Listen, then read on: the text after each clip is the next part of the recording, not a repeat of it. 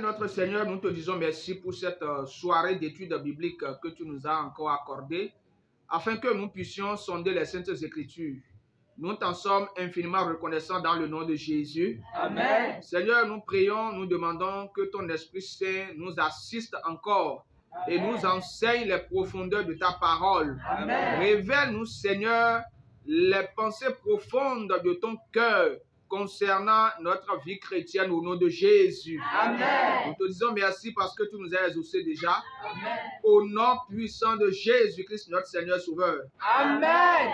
Amen. Amen. Alors, bien-aimés dans le Seigneur Jésus-Christ, ce nouvel enseignement, cette nouvelle étude biblique que nous commençons ce soir est intitulée « Les implications spirituelles de l'appel d'Abraham sur le chrétien contemporain ».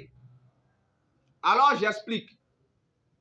Pour la plupart du temps, on nous a toujours fait comprendre que il y a des bénédictions que nous avons héritées d'Abraham à cause de l'appel de Dieu sur la vie d'Abraham et à cause de la foi d'Abraham. Mais en réalité, il y a encore des révélations assez profondes que nous sommes censés connaître et comprendre afin de pouvoir marcher selon ces révélations. La première chose que nous devons savoir, c'est que lorsque Dieu appelait Abraham, Abraham à l'époque était d'une race donnée. Et Dieu va utiliser Abraham pour former une nouvelle race. Gloire à Dieu. Alléluia. Et donc, Abraham ayant été appelé pour former une nouvelle race, en réalité, les promesses de Dieu à l'endroit d'Abraham s'adressent normalement directement à cette race qui est issue d'Abraham.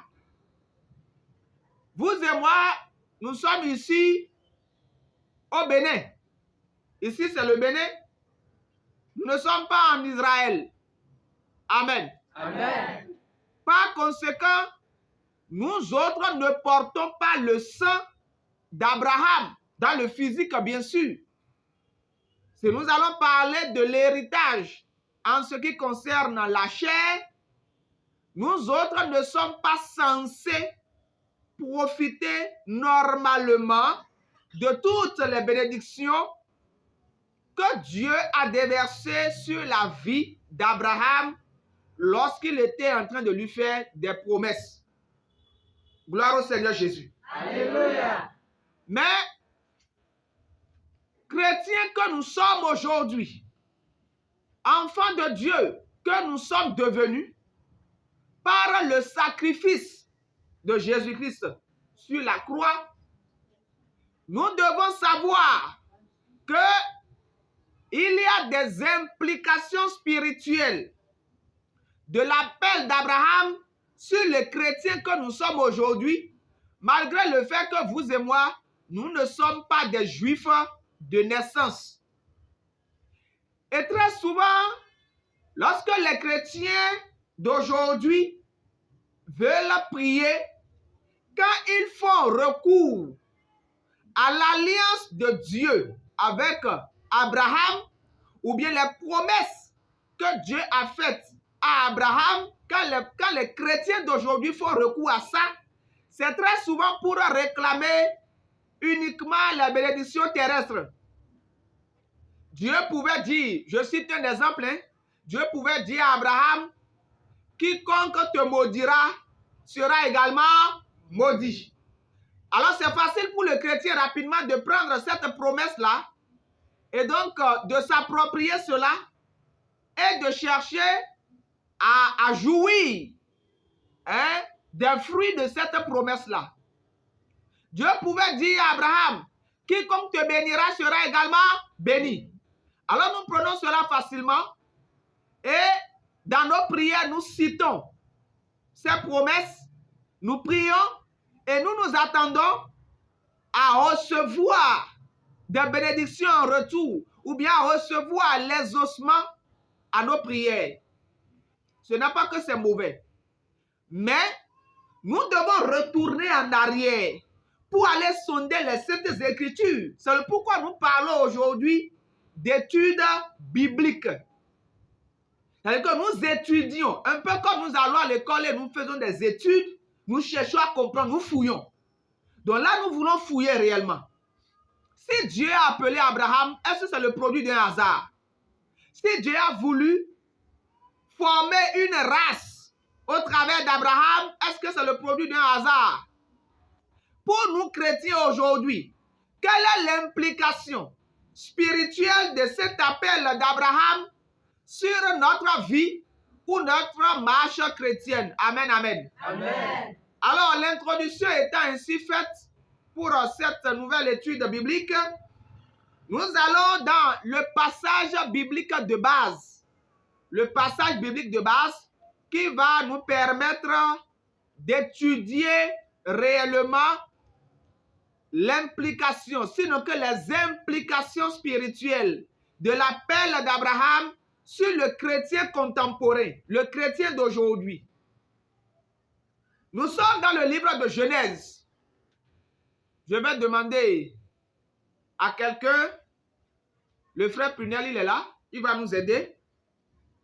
Nous allons lire le livre de Genèse, le chapitre 12, à partir du premier verset jusqu'au verset 3. Qui nous lisait cela là-bas? Oui? Amen. Amen. L'Éternel dit à Abraham, Oui? va-t'en de ton pays, Oui? de ta patrie, Oui? et de la maison de ton père, Oui? dans le pays que je te montrerai. Oui? Je ferai de toi une grande nation. Je ferai de toi une grande nation. Voilà, les promesses ont commencé. Oui, continue. Et je te bénirai. Et je te bénirai. Je rendrai ton nom grand. Oui. Et tu seras une source de bénédiction. Et tu seras une source de bénédiction. Continue, mon frère. Je bénirai ceux qui te béniront. Je bénirai ceux qui te béniront. Et je maudirai ceux qui te maudiront. Et je maudirai ceux qui te Et maudiront. toutes les familles de la terre seront bénies en toi. Amen. Amen. Amen. Amen. Acclame le Seigneur bien-aimé. Alors, amen, amen. Amen. Alors, comme nous venons de le lire, nous voyons ici un homme du nom d'Abraham en ce temps-là, avant que, dans la suite, le nom Abraham ne soit changé et ne devienne Abraham. Maintenant, qu'est-ce qui s'est passé? Abraham était un homme comme toi et moi. Première chose. Deuxième chose, Abraham avait une famille. Abraham avait une patrie. Abraham avait une maison. Abraham avait des activités. Abraham, il avait une coutume donnée, sinon que des coutumes. Abraham, il avait un mode de vie donné. Gloire à Dieu. Alléluia. Exactement comme toi et moi. Vous et moi, nous appartenons à une patrie. Vous et moi, nous avons des familles différentes. Et dans nos différentes familles, nous avons des us et des coutumes. Maintenant, il va arriver que Dieu va appeler Abraham.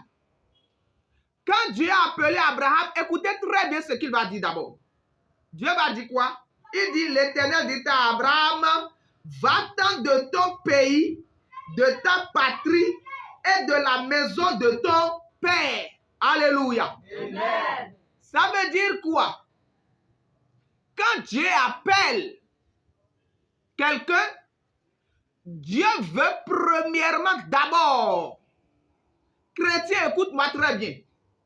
Quand Dieu t'a appelé, exactement comme il a appelé Abraham ici, il veut te séparer d'abord de certaines choses qui pourraient être blocage au plan divin que Dieu veut accomplir avec toi. Quelqu'un dit déjà Amen. Amen. Acclame le Seigneur.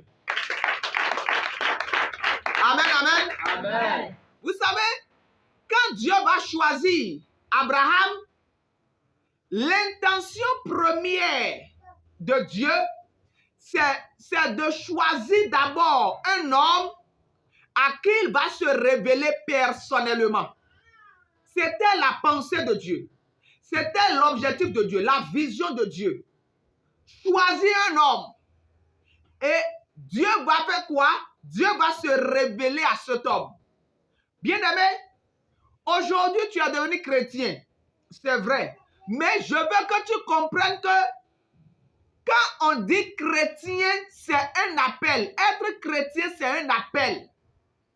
Donc, si toi, dans ta famille, Dieu a voulu faire de toi chrétien au travers du sacrifice de Jésus-Christ, c'est que Dieu t'a appelé. Reconnais d'abord que Dieu t'a appelé. Très souvent, aujourd'hui, quand on dit les appelés de Dieu là, beaucoup pensent qu'on parle seulement des pasteurs, les docteurs, les apôtres, les évangélistes, les prophètes. Non, ce n'est pas seulement ceux qui montent au pupitre pour prêcher là. Ce n'est pas eux seuls que Dieu a appelé. Non. Tant que tu es chrétien, Dieu t'a appelé. Ça veut dire que le christianisme même est un appel. Exactement comme Dieu a appelé Abraham ici, qui va devenir Abraham plus tard. Amen. Amen. Frère, je te le dis ce soir, tu es un appelé. Sœur, tu es appelé. Qui t'a appelé? Dieu. Maintenant, quand Dieu a appelé Abraham, Dieu avait l'intention de se révéler à lui. De la même façon, toi aussi Dieu t'a appelé. Dieu a l'intention de se révéler à toi. Gloire au Seigneur Jésus. Alléluia. Je vais donc commencer par dire ceci. Si toi aujourd'hui, tu dis que tu es chrétien, je ne sais pas combien d'années tu as déjà fait avec le Seigneur, mais si toi-même tu te rends compte que malgré toutes tes années que tu as déjà faites dans le christianisme de masse, si je parle du christianisme de masse, je parle de tous ceux-là qui professent appartenir à Christ et qui se réunissent dans des assemblées un peu partout sur la terre. C'est de ça que je parle. Si toi, tu fais partie de ce groupe et que dans ta vie personnelle, tu te rends compte déjà que tu n'as pas une relation avec Dieu qui fait que Dieu s'est révélé déjà à toi de façon personnelle. Je le dis bien, de façon personnelle. C'est que là où tu es, je suppose, ton nom c'est Jean. Est-ce que toi, Jean, là où tu es là, est-ce que Dieu s'est déjà révélé à toi de façon personnelle? Ça, c'est l'objectif premier que Dieu visait avec Abraham. Et cet objectif n'a pas changé. Aujourd'hui, chrétiens que nous sommes, Dieu cherche à se révéler à chacun de nous de façon personnelle. C'est pourquoi Jésus-Christ pouvait le dire en ce jour. Il dit, vous là, vous adorez ce que vous ignorez, ce que vous ne connaissez pas. Donc, je ne peux pas adorer Dieu tant que Dieu ne s'est pas révélé à moi, tant que je ne connais pas ce Dieu. Ça, ce sont les implications spirituelles de l'appel d'Abraham sur le chrétien contemporain d'aujourd'hui. Amen, amen. Amen. Donc nous devons commencer par nous poser la question dès ce soir. En disant ceci, depuis toutes mes années là, à l'église là, est-ce que je connais Dieu? Est-ce que Dieu s'est révélé à moi? Est-ce que je communique avec Dieu? Est-ce que Dieu me parle? Est-ce que moi aussi je suis capable de parler à Dieu? Est-ce qu'on s'entend? Est-ce qu'on se comprend? Est-ce qu'il y a de la communication entre nous? Parce que nombreux sont ceux qui se disent chrétiens aujourd'hui, mais qui n'ont pas de communication avec Dieu. Tandis que quand Dieu a appelé Abraham, Dieu entretenait une communication avec Abraham. Donc, c'est une révélation de Dieu à l'endroit de l'homme. De la même façon, le chrétien aujourd'hui doit s'attendre à la révélation de Dieu envers lui de façon personnelle. Acclame le Seigneur Jésus. Alors, nous continuons. Deuxième chose, après que Dieu se soit révélé à Abraham, la deuxième intention de Dieu, c'est que Dieu voudrait que Abraham, après l'avoir connu ou en le connaissant, décide lui-même Abraham, qu'il décide de servir Dieu avec foi et fidélité. Ça, c'est le deuxième but de Dieu en appelant Abraham. Même chose pour le chrétien aujourd'hui. Frère, je vais te dire une vérité sincère. Tu n'es pas devenu chrétien d'abord pour que tes affaires puissent marcher. Ce n'est pas l'objectif premier, ça. Amen, amen. Amen. Amen, amen. Amen. Si tu suis la parole du Seigneur, balance les mains, je vois.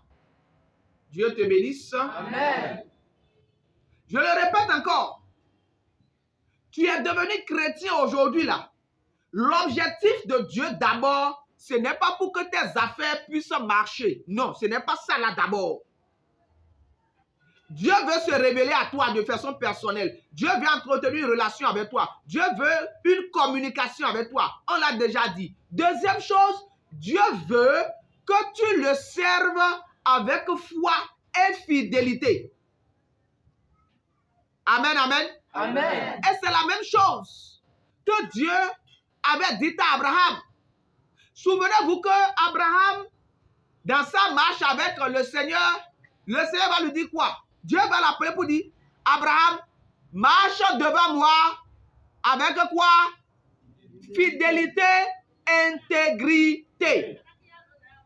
Amen, amen. Amen. Ça veut dire que l'objectif de Dieu là, ce n'est pas d'abord remettre de l'argent dans les mains d'Abraham, ce n'est pas d'abord tout de suite construire des maisons ou bien donner des terres à Abraham. Non, ce n'est pas ça là d'abord. La belle preuve, Abraham, il était quelque part.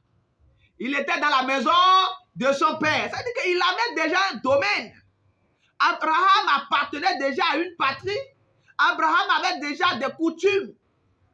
Donc, si on va le dire, Abraham ne manquait pas en réalité des biens de ce monde. La belle preuve, quand Abraham sortait là, vous voulez me dire qu'Abraham est sorti de sa patrie les mains vides? Non. Abraham est sorti de la main de son papa les mains vides? Non. Il est sorti avec certaines richesses. Il est parti avec des choses. Avec des serviteurs, des servantes. Amen, amen. Amen. Il avait déjà un certain nombre de biens. Donc, l'objectif de Dieu d'abord n'était pas augmenter les biens d'Abraham. C'est vrai, il a promis le bénir.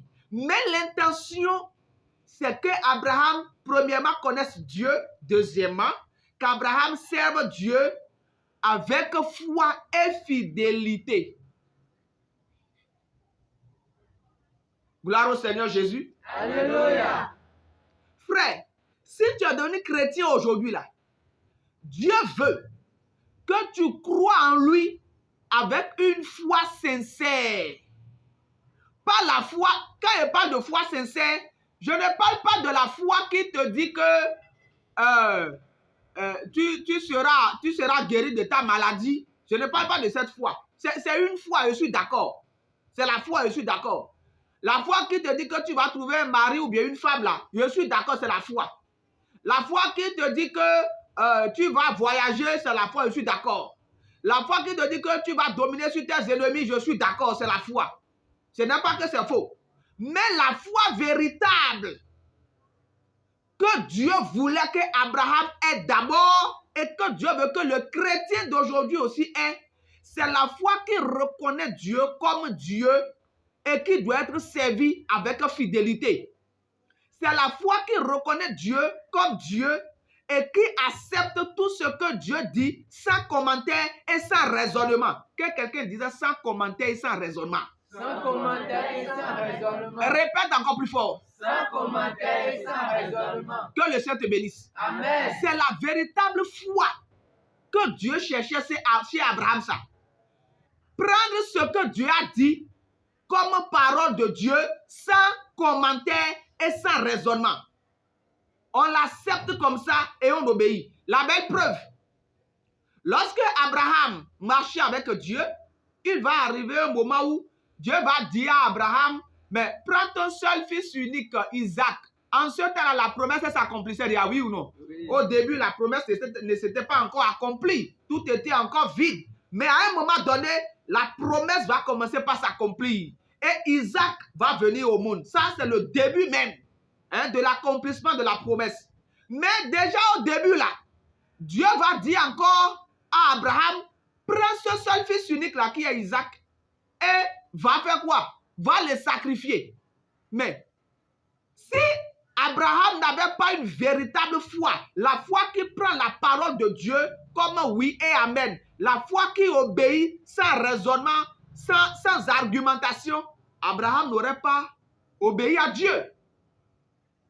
Amen, amen. Amen. Donc, la véritable foi dont nous parlons ici, qui est la foi d'Abraham, contenue dans son appel, et cette véritable foi qui doit être la foi du chrétien d'aujourd'hui, contenue dans notre appel, qui est le christianisme aujourd'hui, c'est que nous devons prendre tout ce que Dieu a dit comme sa parole et nous devons respecter cela. Nous ne devons pas commenter cela. Nous ne devons pas chercher à faire quoi? À argumenter avec la parole de Dieu.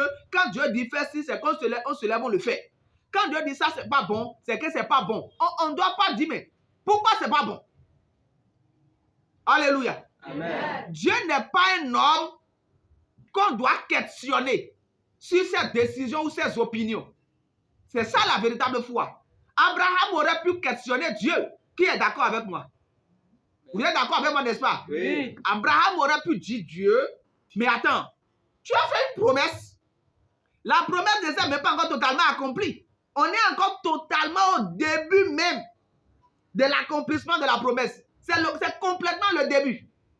Et là déjà, tout de suite, tu viens me dire encore que mais la personne par qui la promesse est censée s'accomplir, Dieu, tu me dis encore de te remettre cette personne-là. Bon, si au moins tu disais, ok, consacre-moi ton enfant Isaac là, bon là je comprendrai un Dieu. Mais là tu ne me dis pas de te consacrer mon fils. Tu me demandes de le prendre et de l'immoler exactement comme on immole un agneau. Non mais Dieu, attends, explique-moi tes pensées. C'est pas raisonnable ce que tu me demandes.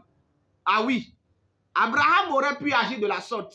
Et si Abraham avait agi de la sorte, Abraham n'aurait pas eu la véritable foi en Dieu. Gloire à Dieu. Alléluia. Je vois certains frères qui sont en train de dormir. Amen. Amen. Il y a certains gens de dormir. Ça montre déjà que leur foi est faible. Cet enseignement est pour vous. Vous qui dormez là. Cet enseignement est pour vous. Oui, votre foi est faible. C'est ça, c'est la preuve. Ça veut dire que cet enseignement est important. Acclame le Seigneur, c'est important. Acclame le Seigneur. Amen, amen. Amen. Maintenant, si quelqu'un dort, permettez-moi d'appeler son nom en direct pour qu'on puisse entendre un peu partout qu'il est en train de dormir en plein culte. Et que sa foi n'est pas encore solide. Vous voulez ça? Non. Ah, vous voulez pas ça? Alors, démontrez la véritable foi dans le Seigneur. Alors, acclame encore le Seigneur Jésus. Amen, amen. Amen. Donc, c'est de ça qu'il s'agit. Ne pas questionner Dieu. C'est que ne pas discuter les choses avec Dieu. Non. Dieu a dit, lève-toi, fais. Dieu a dit, ok, il a dit, ça ne peut qu'être la vérité. Dieu ne peut pas parler, tu vas te poser la question de savoir, est-ce que ça c'est vrai? Est-ce que ça c'est faisable? De la même façon, vous voyez beaucoup de chrétiens aujourd'hui là, quand ils lisent certaines choses dans la parole de Dieu, ils sont d'accord que la Bible contient la parole de Dieu. La Bible, c'est un livre, d'accord. Mais ce livre contient quand même la parole de Dieu. Ils sont d'accord. Et il arrive qu'ils lisent certaines choses dans la parole de Dieu. Et quand ils lisent ces choses, il se pose encore la question de savoir, est-ce que c'est faisable? Mais Dieu a dit, il faut le faire. Mais eux, ils ont dit, d'Israël, c'est faisable. Je donne un exemple très simple. Dieu dit, ne mentez pas. Est-ce que c'est un homme qui a dit ça? Non. C'est Dieu qui l'a dit. Mais des chrétiens se posent la question de savoir si c'est faisable de ne pas mentir. Vous voyez, ils n'ont pas la foi. Ils n'ont pas la foi. Ils n'ont pas la foi. Amen, amen. Amen. Il y a beaucoup de choses que nous voyons dans la parole de Dieu. Et nous questionnons encore Dieu là-dessus. On se dit, mais est-ce que Dieu même là, s'il pense qu'on peut faire ça, et ça là, c'est possible? Gloire au Seigneur Jésus-Christ. Alléluia. Abraham n'avait pas questionné Dieu. Donc l'appel d'Abraham en ce temps-là était un appel qui reposait sur la foi véritable et la fidélité dans le service. De la même façon, les chrétiens d'aujourd'hui, son appel dans le christianisme doit être fondé sur une foi inébranlable et un service vraiment pur. Un service avec engagement, avec zèle, intégrité, exactement comme Abraham. Amen, amen. Amen. Autre chose, Dieu, lorsqu'il a choisi Abraham et qu'il lui a communiqué tout cela, Abraham a commencé. Dans la suite, vous allez voir que l'intention de Dieu, comme je l'avais déjà dit un peu plus haut, c'est que Dieu voulait se faire un nouveau peuple, une nouvelle race, qui allait maintenant au travers d'Abraham connaître Dieu. Amen. Amen. C'est au travers d'Abraham là, une nouvelle race qui va connaître qui? Qui va connaître Dieu et qui va connaître les principes de Dieu, qui va connaître les valeurs de Dieu, qui va connaître, si on peut le dire ainsi, les coutumes de Dieu, c'est qu'abandonner la coutume des hommes et prendre la coutume de Dieu. Amen, amen. Amen. Et servir le Dieu que Abraham est en train de servir. C'est-à-dire qu'au travers d'une seule personne, Abraham, Dieu voulait maintenant plusieurs autres personnes, une multitude de personnes qui vont faire quoi? Qui vont avoir exactement la même foi et le même service à l'endroit de Dieu. Ça, c'est l'objectif de Dieu, ça. Amen, amen. Amen. Frère, sœur, écoute. Chrétien que tu es aujourd'hui là, l'objectif de Dieu avec toi, c'est que à partir du moment où toi, tu réussis à connaître Dieu, à partir du moment où tu as une communication avec Dieu, à partir du moment où tu as vraiment une intimité avec Dieu, Dieu s'est révélé déjà à toi et tu le connais déjà, tu dois savoir que Dieu ne veut pas que toi seul. Dieu veut passer par toi pour produire encore plusieurs autres prototypes de toi.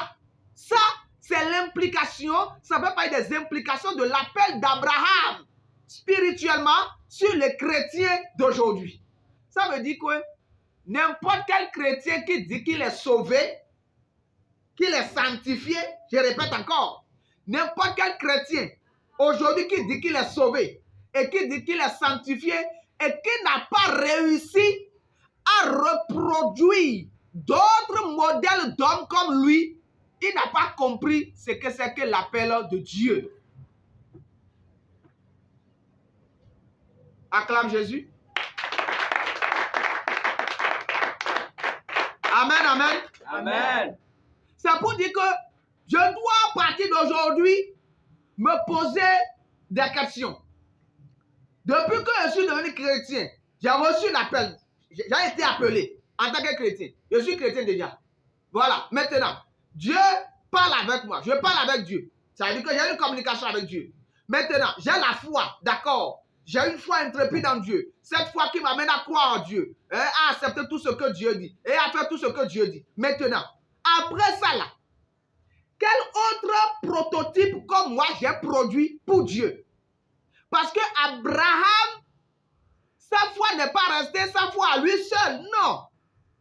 Mais au travers de lui, il y a une multitude d'autres personnes qui sont venues et qui n'étaient pas là à l'origine, qui ne connaissaient pas ce Dieu à l'origine, qui ne connaissaient pas les lois de ce Dieu à l'origine, qui ne connaissait pas les principes de ce Dieu à l'origine, qui ne connaissait pas les coutumes de ce Dieu à l'origine, qui ne connaissait pas comment servir ce Dieu à l'origine, mais qui au travers d'Abraham va finir par connaître ce Dieu-là et va finir par faire quoi? Par servir ce Dieu. Donc de la même façon, toi aussi frère, toi aussi ma soeur, tu dois savoir que le christianisme pour toi est un appel qui t'oblige à connaître Dieu et à servir Dieu avec foi et intégrité. Et qui par la suite t'oblige à reproduire le modèle qui est en toi dans la vie d'une autre multitude de personnes. C'est ça, les implications spirituelles de l'appel d'Abraham sur le chrétien d'aujourd'hui. Amen, amen. Amen. Et justement, vous allez voir que Abraham, lui, il a réussi sa mission. Parce que si Abraham n'avait pas réussi sa mission, son fils Isaac, là, n'allait pas faire quoi? N'allait pas connaître le Dieu de son père et il n'allait pas épouser la foi de son père à l'endroit du Dieu de son père. De la même façon, aujourd'hui maintenant, est-ce que toi, là, tu as déjà réussi à communiquer ta foi à tes enfants? Est-ce que tes enfants ont déjà épousé la foi que tu as en le Dieu que tu sers? Ton entourage, est-ce que tu as réussi déjà à communiquer ta foi là, la foi que tu as là? Est-ce que tu as réussi à communiquer cette foi là à ton entourage? Et est-ce qu'il y a eu des gens dans ton entourage qui ont épousé cette foi là en le Dieu et qui ont eu la foi là en le Dieu en qui toi aussi tu crois?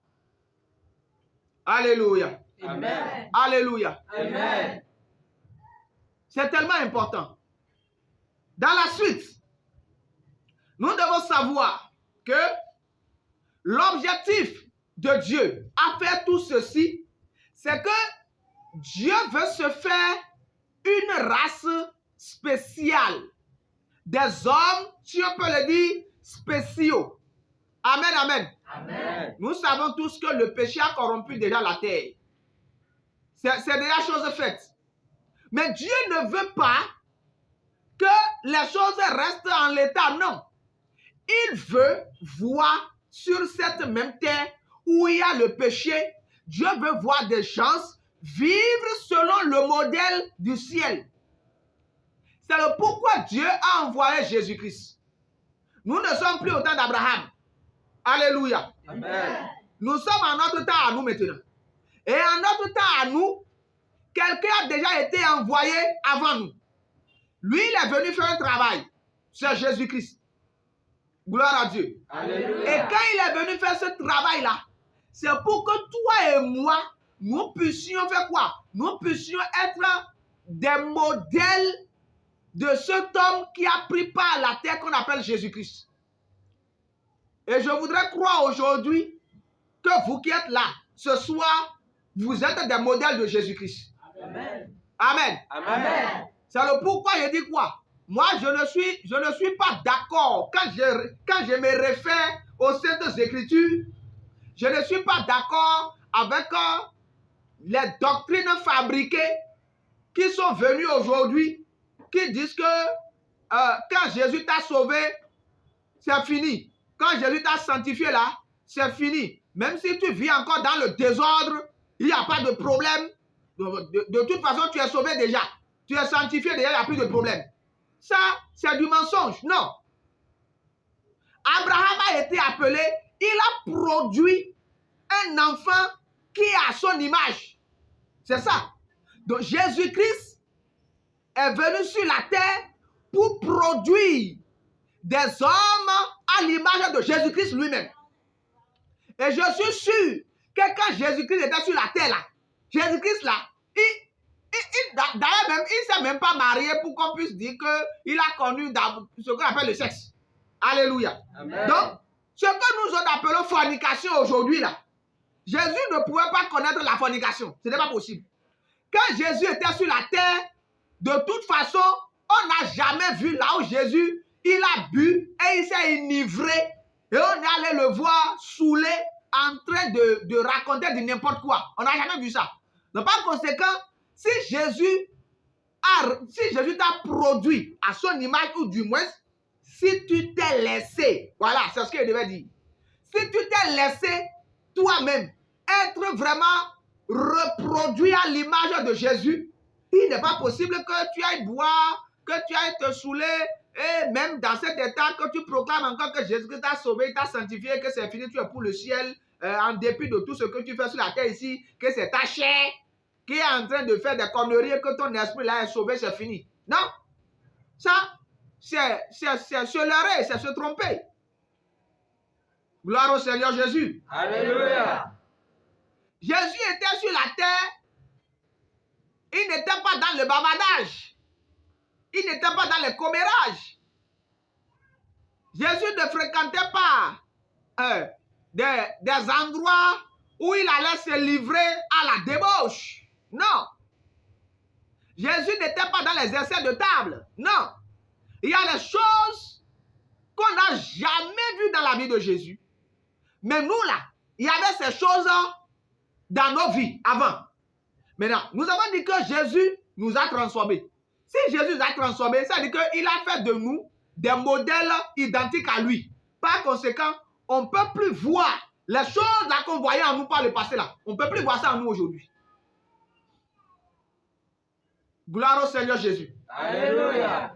Donc, Abraham a produit une nation, bien une race qui avait foi en son Dieu et qui suivait les us et coutumes que son Dieu lui a imposées. Donc toi aussi, chrétien que tu es aujourd'hui, tu dois produire également une race d'hommes sur terre. C'est vrai que la race que Abraham a produite, cette race a été appelée race juive ou bien israélite. Amen. Amen. Aujourd'hui, Jésus a déjà produit une race. Une race qu'on appelle chrétien. On dit les chrétiens. Pour dire ceux qui sont à l'image du Christ, qui sont à l'image de Jésus-Christ. Il a déjà produit la race. Alléluia. Donc Amen. toi, tu dois continuer à pérenniser cette race-là. C'est ton appel. Et ça fait partie de tes implications en tant que chrétien aujourd'hui. Amen, amen. Amen. Amen, amen. Amen. Deuxième chose, si Dieu a demandé à Abraham de se séparer de sa patrie, de son peuple, de ses parents, de sa maison, c'est pour que Abraham puisse devenir un étranger sur la terre. Amen, amen. Amen, amen. Amen. Et c'est ce que beaucoup de chrétiens ne veulent pas comprendre aujourd'hui. Hein. Beaucoup de chrétiens aujourd'hui, ils ne veulent pas devenir étrangers sur la terre. Ils veulent appartenir à la terre. Je répète encore. Ils ne veulent pas devenir étrangers sur la terre. Ils veulent devenir propriétaires de la terre. Ils veulent appartenir à la terre. Ils veulent que toute leur vie soit liée à la terre. Point.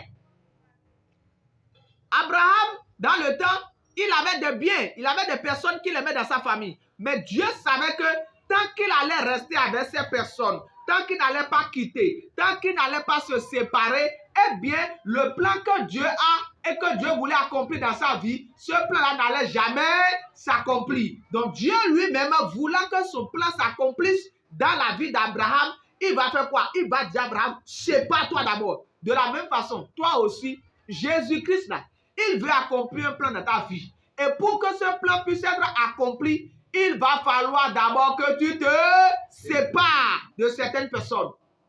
Ah oui, ça peut être difficile, mais c'est nécessaire. Dis à celui qui est à côté de toi, ça peut être difficile, mais c'est nécessaire. Ça peut être difficile, mais c'est nécessaire. Ah non, dis-le lui plus fort encore. Ça peut être difficile, mais c'est nécessaire. Ah oui, vous pensez que quand Abraham devait quitter ses parents, il devait quitter sa maison, que bon, voilà, pour lui là, c'était rien du tout, hein, c'était aisé, facile comme ça. Non, parce que c'est des personnes qui l'aimaient quand même. C'est des personnes qui lui étaient chères quand même. Il avait des choses là qui lui tenaient à cœur quand même. Mais il va faire quoi? Il va tout quitter. À cause de qui? À cause de Dieu. Amen, amen. Amen. Donc reconnais-toi aussi, chrétien, que le christianisme d'aujourd'hui t'impose certaines choses. Ah oui. Il y a certains sacrifices que tu es obligé de faire. Vous allez voir que jusque-là, on ne parle même pas encore des bénédictions. Hein. Dieu a fait une promesse. Dieu a dit, je vais te donner ci, je vais te donner ça. On a parlé de beaucoup de choses. Mais jusque-là, on est en train de parler d'abord des conditions que Abraham devait remplir d'abord avant de voir les promesses s'accomplir. Donc toi aussi, là, chrétien que tu es là, sache que avant que tu ne puisses bénéficier des promesses que Dieu a faites, que Jésus-Christ est venu accomplir là, il va falloir d'abord que tu respectes certaines conditions. La belle preuve, Jésus pouvait dire, je suis venu sur la terre non pas pour apporter la paix, mais pour apporter quoi? L'épée, la division. Oui ou non? Oui. C'est pas ce qu'il a dit. Oui. Mais quand Jésus parlait en ces termes, qu'est-ce que vous croyez? Il est en train de montrer simplement que avant que tu ne puisses le suivre véritablement là, il y a des choses dont tu dois te séparer, des choses certainement que tu aimes, des choses auxquelles tu étais attaché, des choses qui te procuraient un certain nombre de plaisir. Mais lui là, lui Jésus, il t'intime l'ordre de te séparer de ces choses-là d'abord. C'est ce qu'il va dire à Abraham. Il dit à Abraham, sors d'abord, laisse ça d'abord, mets-toi à côté. Et le reste là, on va en parler. Donc toi aussi, Dieu te dit aussi, mets-toi de côté aussi. Laisse certaines choses. Sépare-toi de certaines personnes. Des personnes peut-être qui ne vont pas favoriser ta foi chrétienne. Des personnes qui ne vont pas te permettre de marcher dignement avec le Seigneur. Des personnes qui vont te mettre les bâtons dans les roues quand tu vas vouloir vraiment vivre la foi chrétienne comme cela se devrait. Tu n'auras pas autre choix que de te séparer de ces personnes-là. Des choses que tu faisais hier, mais qui ne vont pas arranger ta vie chrétienne, ta marche chrétienne, tu seras obligé de te séparer de ces choses, d'abandonner ces choses. Malgré le fait que cela pourrait te créer des pincements au cœur, tu n'auras pas autre choix que de te séparer d'abord de ces choses avant que le reste avec Jésus le soit dit. Alléluia. Amen. Jésus va nous promettre la protection, va nous promettre la sécurité, il va nous promettre la paix, la joie, il va nous promettre la bénédiction en le temps, il va nous promettre le royaume des cieux, tout ça. Mais à condition que tu acceptes d'abord de séparer de certaines choses. Les implications spirituelles de l'appel d'Abraham sur le chrétien contemporain. Nous allons nous arrêter là dans cette première partie. Et par la grâce de Dieu, nous allons continuer la prochaine fois. Pour ceux qui ont des questions, c'est le moment de poser les questions. Acclame le Seigneur.